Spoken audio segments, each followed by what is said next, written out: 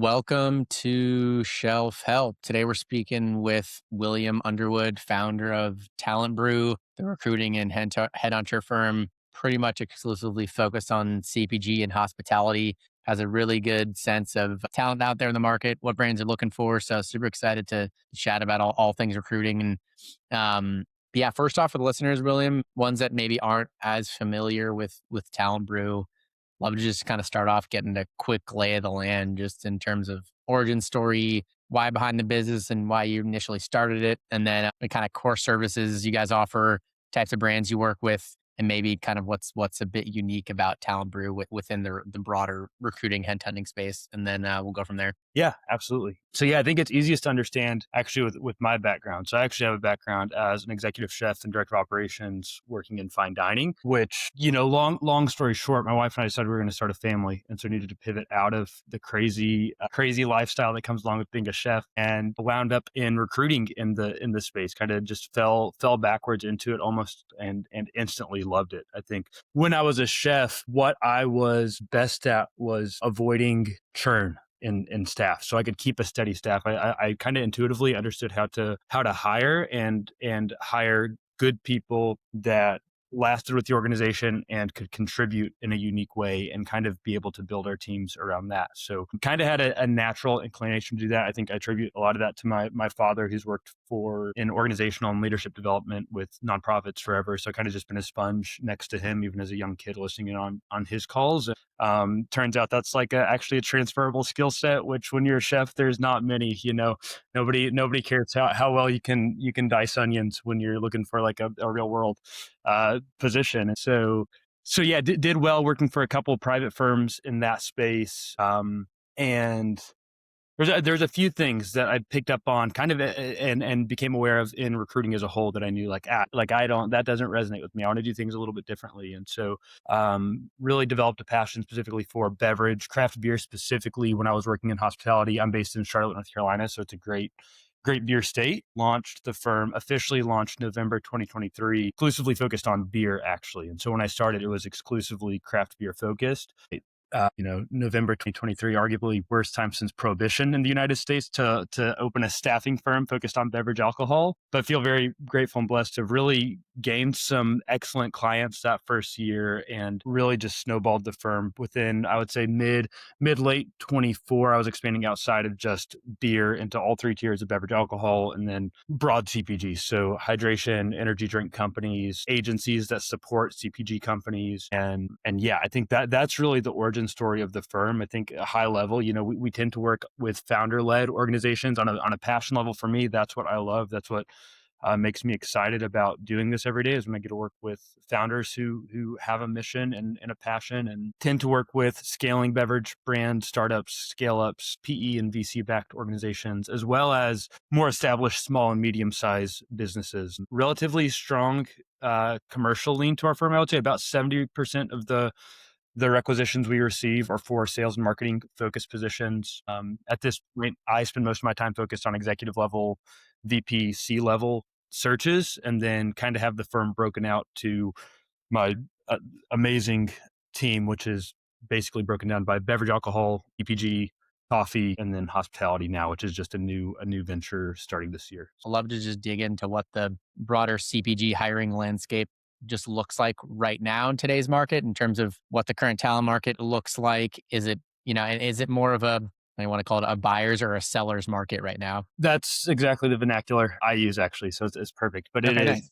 it's a buyer's market for sure. Companies, if you're in CPG and you're hiring right now, you have a probably historic advantage in access to exceptional talent, particularly if you're in a regulated category, alcohol or cannabis. But with so much, turbulence post-COVID, so many reorgs, acquisitions, layoffs, there's excellent talent out there that's available. I won't get into it now, but it will create actually a long-term ripple effect of turnover in organizations that don't know how to hire that talent appropriately and don't know how to vet it and make sure that they've got their heels dug in. Because at the executive level, I mean, I know some phenomenal executives who are going on a year of unemployment within the spirits industry, specifically spirits and wine specifically. And, you know, that frankly, they're willing to take a pay cut to get back to work. They have to get back to work. But so many of these people who are willing to do that and have kind of been beat down by the, you know, by the buyer's market are also going to spend as much time searching for their next role to bring them back, kind of level set them in terms of comp and seniority level. And so I Sure. think for brands that are looking to hire, it's easy to have shiny object syndrome right now and like chase the amazing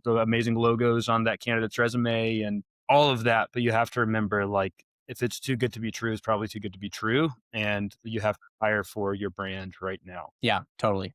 That's a good level set. What roles are brands like most urgently hiring for right now, and kind of what's trending up, and on the flip side, maybe what's kind of trending down, if anything? Yeah, there's three things that I've really noticed. We'll see if I can remember all three as I go along. But the first one is like a shifting route to market. So beer wholesalers, particularly, they have, as beer has declined, alcohol in general has declined. They're keeping their trucks full. So whether they're selling, you know, satanic soda water or coconut water or hydration drinks, whatever, it's providing opportunities for suppliers to leverage different DSD routes that maybe historically they wouldn't have intuitively leaned into. So that's the one thing, is that there's a shift in route to market. So for sales people, drink companies don't just need folks who can manage, you know, UNFI and KHE. They need people who are familiar with the Bud network and can go blue or red. The second thing is there's obviously a massive influx of brands that are primarily D2C and are leveraging social media channels as their primary, really, sales force. And so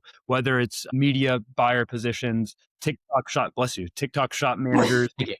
bless you again, or any ecom focused position. That's kind of a hot topic right now and can be very challenging to fill those roles because TikTok Shop has had a marketplace for really just a couple years. And so to find somebody who has the background, who's done that before and who's proven is really challenging. Add on like a constantly shifting landscape of what works in paid ads and what doesn't work. And it becomes messy. The third thing I've noticed is brands getting really specific on their channel focus. So I think actually I'm seeing it two ways. Brands that get very specific on their channel focus and they're like, we're looking for, you know, convenience chain managers or natural chain managers or channel managers, excuse me. That's one thing. So brands will be like very much, rather than having like a generalist managing accounts, they really are getting in the weeds about like, okay, this candidate is great at doing this and they have these relationships and that's the channel they're going to focus on.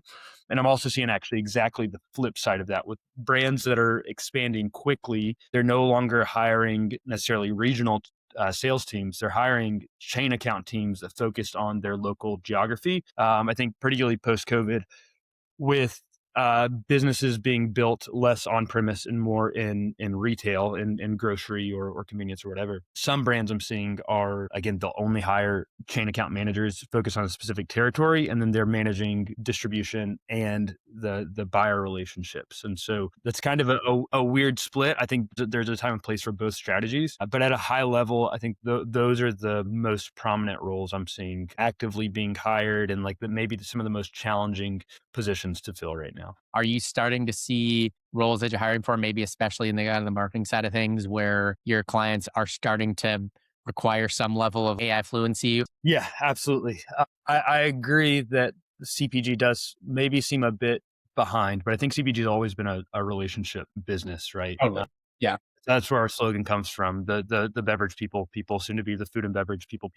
But yeah, was actually talking with the founder recently who it was actually for an ops role, and he was looking for somebody who kind of S&OP side of things could tie their organization together with AI tools. And I'm like, okay, well, talk to me about what does that look like? What tools are they using? And he's like, that's up to the candidate, right? That I think that that is it's not like they're walking into a ERP system that's like tech forward or whatever.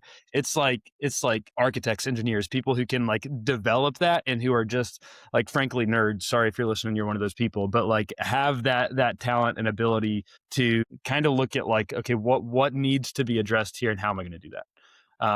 I that's the lay of the land. I think there's tremendous opportunities, and I think we'll see tools that are more broadly accepted arise soon that are AI forward and designed for CPG operators and maybe solve multiple.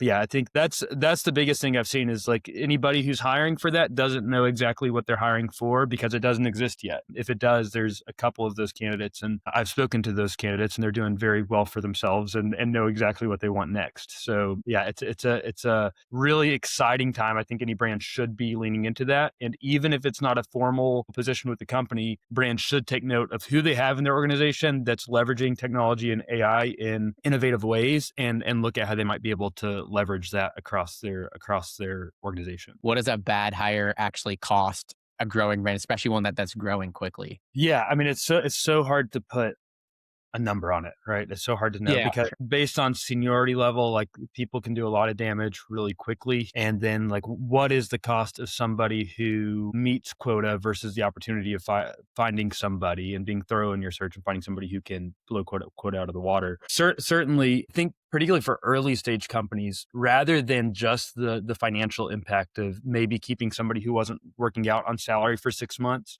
you have to look at like what's the bandwidth emotionally and mentally that the founder is having to deal with having somebody on the organization that's not pulling their weight and that's not working out.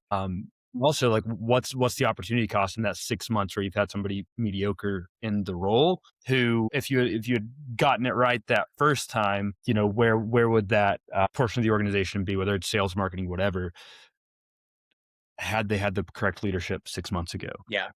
Yeah. So again, it's like it's an impossible equation to put a dollar sign on. Usually, I know a lot of firms like to throw out, if a bad hire will cost you double the first year salary or whatever, and it's like okay, for what position? And every organization is different, every hire is different, and the damage or just lack of performance from any candidate is always gonna shift. Yeah, totally. I know you mentioned you really like to work with founders for up and coming CPG founders that are scaling, let's just say from 1 million to 10 million in revenue, where they're starting to really, beef up the team. Seems like one of the biggest decisions they face, like who to hire and when. From your perspective and what you found, what does a smart hiring roadmap look like for like an early stage, let's just say beverage brand who are like typically the first 2 to 3 critical hires that they should probably be looking at in today's market? Yeah, I think so much of that depends on how they retail and what their route to market is, obviously. True. If it's an online brand, generally the first hire actually tends to be more operations focused, 3PL, like the agency fluency and that type of thing. Whereas if it's a brand going to market more the traditional way and like, gonna partner with a distributor and sell in chain accounts, there might be somebody who's more commercially focused. I think the question I always ask founders at that stage, because yeah, sometimes I'm working with founders and they're like, do I hire a COO right now? Do I hire like a marketing intern? Like, what do I even like? What's the right path here? And I just ask them, how are you spending your time right now? Like, what are the things that are taking the most of your time? What are you doing right now that you suck at? Because we all have things that we're just bad Oh, at. yeah. And generally, the way I love to see brands hire is that early stage like key hire. Say this is somebody like at a senior level, maybe director plus. They need to have like the same fire in their belly and motivation as the founder, and at least share a couple of key strengths. Simultaneously, they need to have like a separate set of things that they're just excellent at and that's intuitive and natural for them. And I think at that early stage, what you need to be asking yourself when you're hiring somebody is like, can I work organically with this person? Can they pick up my slack and can they keep pace with me? Will things be able to be communicated only by being CC'd on an email and being implied that like, hey, you're going to pick up the ball here?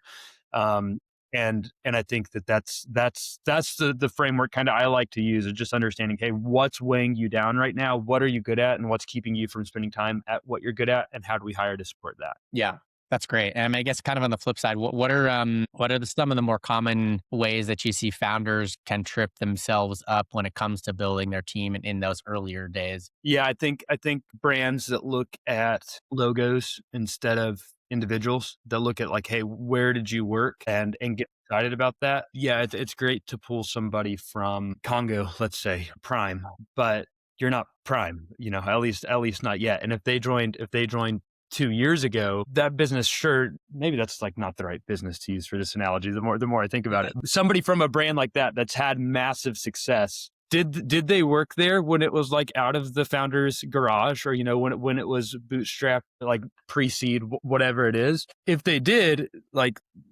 double click on that, but also that more than likely that person is out of range, out of budget for the founders at that 1 million stage. So, not to veer too far from the question here, but I think that's one of the biggest mistakes I see is who's the individual? How are they going to be able to complement my strengths, and what is their unique genius that I'll be able to implement and glean from in my business? The other thing, which is like two-edged sword, is uh, titles. Giving somebody a VP or C-suite title when they don't necessarily have a team under them and they're not proven at that level, I think is really risky. You're kind of setting yourself up for failure and turnover, in part because there's nowhere for that candidate to go from there. Like if you hire somebody in who was a director now as a chief sales officer, there's not a lot of room for growth with that organization. All of the growth is going to happen beneath them, and they may or may not be ready for it. And there's not much to be able to keep them incentivized other than the growth of the company. So unless it's a co-founder, I think that can be a risky move and something that I frequently see. Totally. Yeah, that makes sense. How do you think about the trade off between hiring a more scrappy generalist, which I think is generally the earlier you are, the more that often makes sense, versus bringing in a specialist before, the brand might think that they're ready and maybe it was too early to hire a specialist, but they really needed a more scrappy generalist. Like, how do you think about that trade off and the stage where the company is at? Sure. I think if we're talking like first couple of hires, usually a generalist is the way to go. You just need somebody who can get stuff done and free Yeah. up bandwidth is like what I always think about is like, is this person going to create bandwidth from you or take it? If they take it, just don't hire the person. It's that simple. Also, I think there's so many great agency partners and firms. I think of Countermeasures Corporation, CMC, can be the specialist that you need them to be without having to expand headcount. And so I think now actually a really crucial skill set is how well has this person managed brokerages before, third party services and agencies. That I think there's more opportunity to leverage those successfully now than ever, particularly at an early stage. But there's also like a right way to manage those relationships, and you need somebody who can do that. Yep, totally. That makes sense. When it comes to actually finding the ideal candidate, I'm pretty sure when we chatted a bit ago, I think you emphasized something called like competitive set focused outreach. What does that actually look like in practice? So I always say we're a competitive set focused practice. So what that means is, and like not to contradict myself here, but we very much recruit based on the logos that are on somebody's resume. We're a skill set based recruiting firm most of the time. There are exceptions to that. The AI analogy we talked about earlier is a good example of where we might just be looking for somebody with specific tools or skill sets they're familiar with. More often than not, when we begin a search, if a hydration client is coming to us and looking for a national account manager, natural channel focused, what we're going to do is compile a list, usually of between 50 and 100 companies that are direct competitors of them or close to a direct competitor. So it might be, this is a hydration company and we're looking at an energy drink company, something like that. But generally we will, in that case, we want to have a shared buyer call point. And then we use our back end technology to pull in profiles of generally 20 to 30 candidates who have worked with direct competitors or close to direct competitors of our client, based generally on the stage that those brands were in when that candidate worked there. Because again, like somebody who's working for $100 million brand might be exciting, but are they going to be able to be as multifaceted as somebody who's, in that same position for a $10 million brand? They're very different profiles. And so for us, we call it kissing frogs, right? And we don't ever post the job ads. We make our lists of people. We do direct outreach to those candidates, usually who are currently employed with our clients' competitors, and begin the conversations and then kind of figure out, okay, this is the best fit for you based on the fact that they have these attributes in their personality, or they've done this before. They're familiar with this operating system. And again, I think, again, we call it kissing frogs, just talking to those candidates, figuring out, hey, which one's going to be the prince. I think when you're posting job ads, which is the anti competitive set focus thing, anybody can come in. Like, you're not just kissing frogs anymore. You're kissing like jellyfish and like everything else in the ocean. Yeah, that's very much with that method. We've averaged 3 candidate referrals per placement. So generally, we're sending no more than 3 resumes to our client to get a candidate successfully placed. Most other firms I'm familiar with are 10 to 20 referrals per placement. And so the amount of interview and legwork that the client has to do to find that one great hire is so much higher whenever the firm isn't specialized and doesn't know exactly what they need and what they're looking for. And so yeah, that's to expand on that kind of competitive set focused practice. That's what that means for us. What should a brand look for when they're evaluating a firm like yours, and what are some red flags that a recruit that should will give a sign that a firm or recruiter might not be the right fit for a brand for whatever reason? Yeah, I think you want to do business with good people. Again, going back to why I wanted to start this firm in the first place. Recruiters obviously have a horrible reputation. I always say it's like you know, blue collar workers and then salespeople and then drug dealers and then recruiters. Like that's generally like the reputation, how they're ranked. And I've experienced a lot of that firsthand. And the key kind of principle of my organization and the way we run our practice is that we're just focused on being humans, right? Like our candidate experience is focused on like was that process transparent for them? Are we leading them on? Are we not responding to messages from them? Are we ghosting people? Like I like zero tolerance for any of that. And so I think especially when you're niche down like we are specifically within CPG, like word gets out fast, and I think that's what I attribute our growth to as well is that like people have a positive experience working with us and they want to share that. The other thing to think about is, yeah, I like why not use a specialist, right? Like, sure, Robert Half or maybe some massive organization run phenomenal practices and are known for delivering great talent. But what's the likelihood that their Rolodex is as niche down within CPG as a firm that's a specialist? And then I think the final thing I would look at is what's the speed, what's the communication cadence, how much is that firm requiring from you? Because it is like generally I have a 24-hour communication rules with my clients. Hey, whenever I send a candidate, I need feedback in 24 hours. Otherwise, like the search is going to drag out and we're going to waste both of our times. If you feel like the firm is just taking on any work, I would say that's a red flag. And like you want to work with a firm that is going to, get in the weeds with you and be willing to like really, hone in on exactly the profile you need and do whatever it takes to find that person. What are the keys to actually, from a brand side perspective, to actually getting the most out of their recruiter relationship as a hiring manager and making sure that they're going to get really good candidates and hire a really good person that's kind of on their side that they actually need to be holding up their end of the bargain? Yeah. So great question. I think somebody once told me who was a very successful recruiting agency owner, he's like, recruiters are like, they're like the CIA. Like they have I know generally when layoffs are going to happen in an organization a couple months before it pops up on Brewbound or whatever industry publication. Because I'm getting like people calling me saying like, hey, Will, some shady stuff's going on. And like, I might need to find a new role here. I think clients being willing to have a conversation, right? Like take it to, I always want the relationship. Like we can get deals closed, right? That's fine, whatever. I want the relationship. I want to work with brands that are looking for that long term. And I think the ones that do that, they just ask me questions. Hey, what are you seeing here?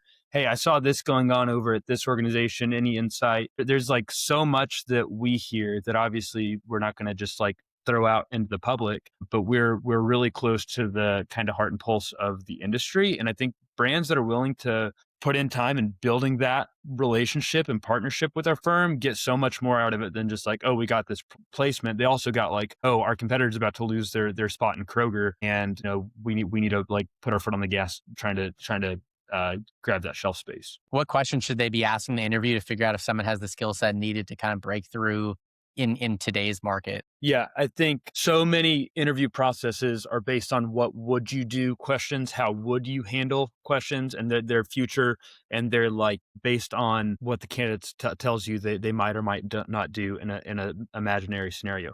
I think the number one thing you can do to become a better interviewer, in this case specifically for a marketing candidate, is go past tense. What did you do here? Like ask specific questions about where they worked, what the environment was like. And when you start to get like the gut feeling that like, oh, like we're kind of there right now, or we need that to happen, or we just had that happen last week, and I wish we had you then. Like that, those are the questions that I think really get to the bottom of it. Is, hey, in your last position, how did you handle this? And there can be times where, confidential information has to be guarded, but generally, anytime you ask a question about like who the person has been, usually tells you the story of who they're going to be. And absolutely, people can change, and there's breakout opportunities for everybody. And some people excel in those, and some people fall flat on their face. But I think always, always, always getting a handle on what the candidate has actually done and contributed previously gives you and whether or not they're even able to tell you that and track that tells you so much about how they're likely to succeed or not in the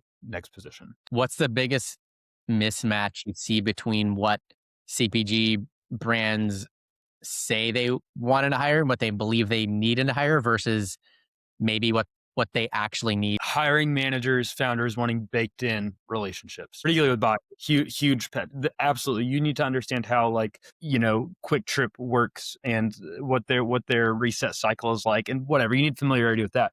More importantly, you need to be somebody who can identify opportunities and foster relationships from scratch because buyers rotate, right? Distributor partners rotate. We all know that. Hire the person that is going to represent your brand well and that resonates with you. If you're a founder on the founder level, if you're a C member on the brand's identity level enough that no matter what changes happen, they're the right person and they like live, eat, breathe, and sleep your brand. So huge pet peeve of mine is if we're hiring a national account manager, obviously we're going to look for people who have managed those accounts before. But when Totally. somebody, and maybe account management specifically is a poor example here, but when you're only hiring somebody based on their relationships, in fact, I would say if a candidate is willing to be hired based on that, there's a good chance that at some point a brand has done that before and their relationships, their reputation is probably starting to get burned a little bit because not every brand's going to be Yeah. successful. Right. Totally. What does a great sales leader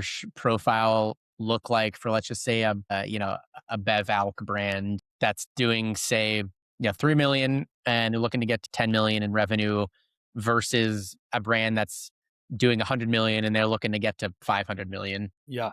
I think there's a couple things, a couple phrases I frequently use. Three I can think of: fire in their belly, right? Fire in the candidate's belly. They got to have passion, particularly at that 3 million. Like you just got to be passionate and like wake up and jump out of bed every day. The second one is throwing elbows, right? Is like can you just get stuff done and make it happen and not require like people around you to push you forward. And the third one is polish.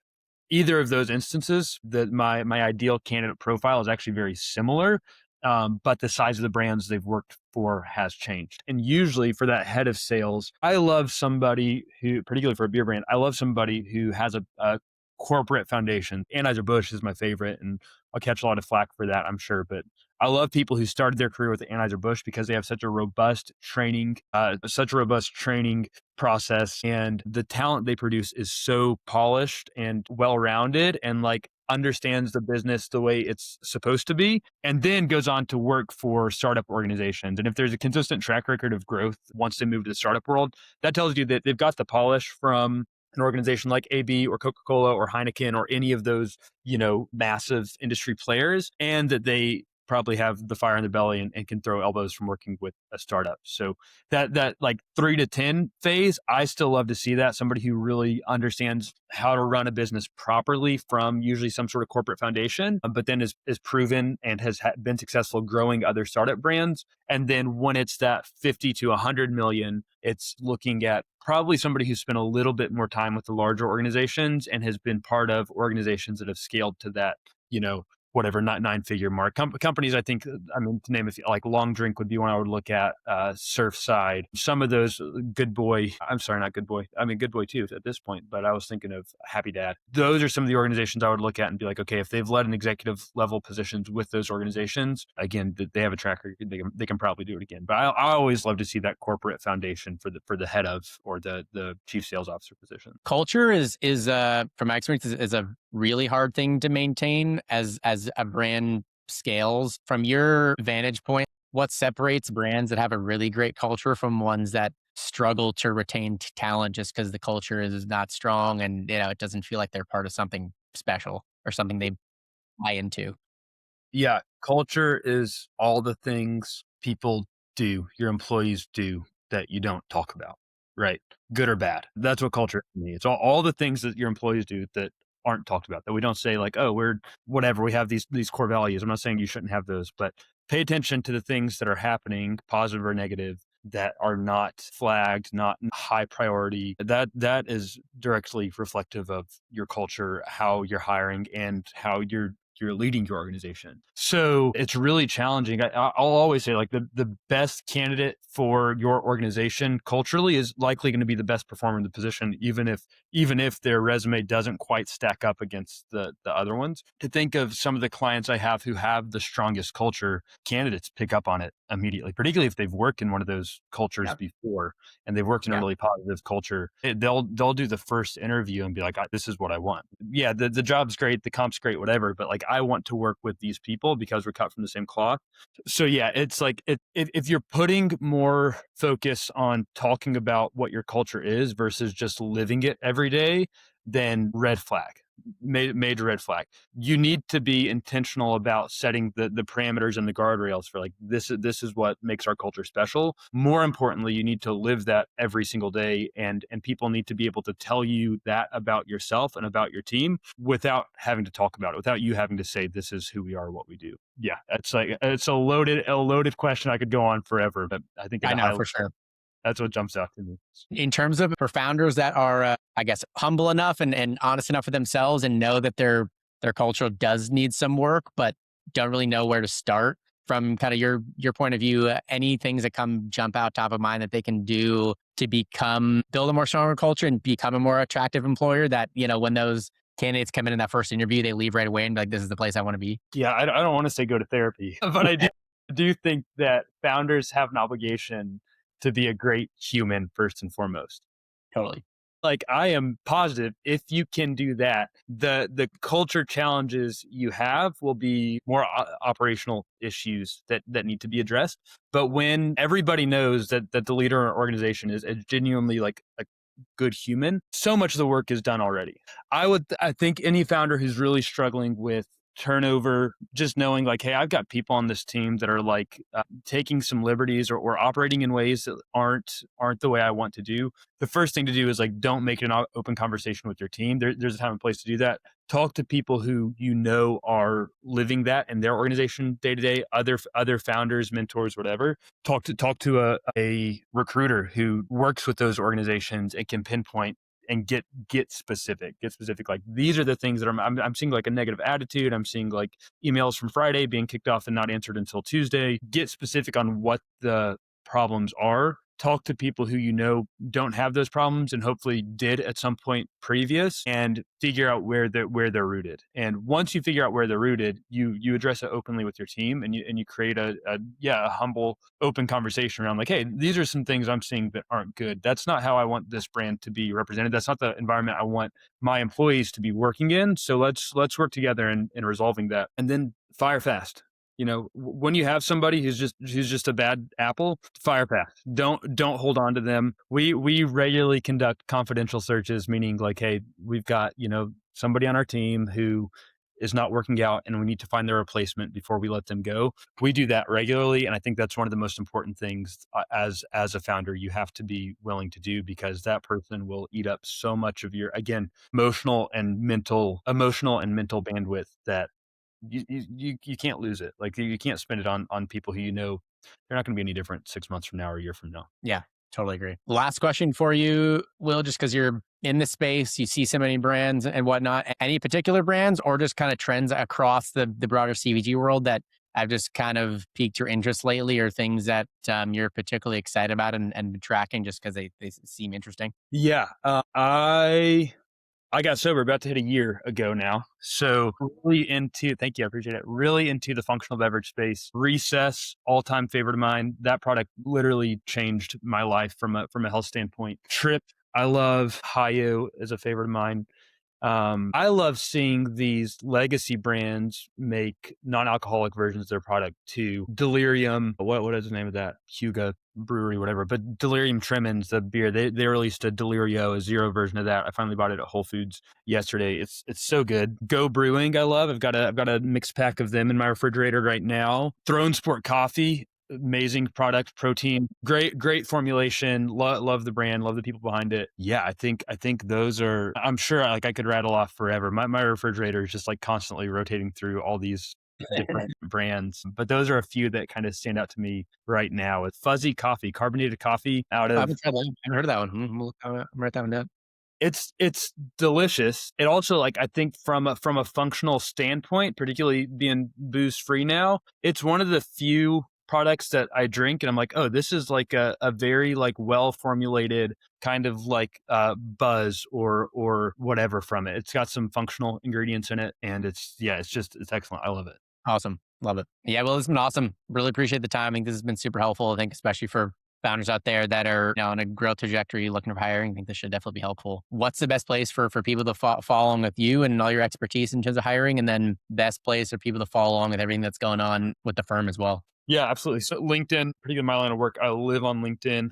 Find me there. I'm always posting probably something a little bit smart alecky, but follow me on LinkedIn and then the Talent Brew company page as well is becoming more active, particularly if you're listening to this and you're a job seeker.